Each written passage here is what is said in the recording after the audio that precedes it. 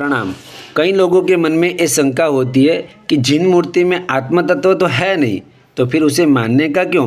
तो यहाँ पर जगत गुरु श्री हीरशेषर जी महाराजा के जो बड़े गुरु भाई है अग्रज, वो श्री धर्मसागर जी महाराजा ने ये संपादन किया है कि आवश्यक निरुक्ति में कहा गया है कि परमात्मा के प्रभाव से ही देवो तीर्थंकर सदृश यानी तीर्थंकर के समान ही 3 प्रतिबिंब बनाते हैं।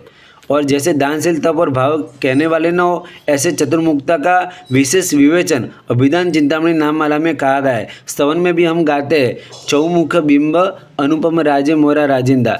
तो ये जो परमात्मा के 3 प्रतिबिंब है, उनमें भी आत्मद्रव्य तो है नहीं, तो वो मान्य रखते हैं। तो जिनालय में जो जिन मूर्ति है वो मान्य रखने में ऐतराज़ क्या है। वहाँ पर वंदन करने में, जो समोसन में वंदन करने में जो प्रतिबिंब को वंदन करते हैं, तो वहाँ पर तीर्थंकर को वंदन करने जैसा ही फलदायी बनता है। तो यहाँ पर जिन मूर्ति है उसको भी वंदन करने से वैसा ही फल मिलता है। वहाँ पर देवगण है वो सुगंधी जल का छिड़काव करते हैं, सचित फूलों की झानू तक वृष्टि करते हैं। तो यहाँ पर जिनालय में भी हम अभिषेक करते हैं, सचित फूल की पुष्प पूजा करते हैं। तो क्या यहाँ पर भी हमारा सम्यक तो निर्मल नहीं होगा।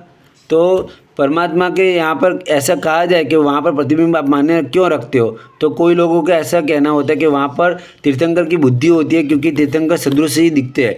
तो परमात्मा की मूर्ति है तो वो भी तदाकार स्थापना है, तो वहाँ पर भी तीर्थंकर की बुद्धि क्यों नहीं होती है। तो स्थापना निक्षेप है, उसमें उसका विरोध क्यों करने का।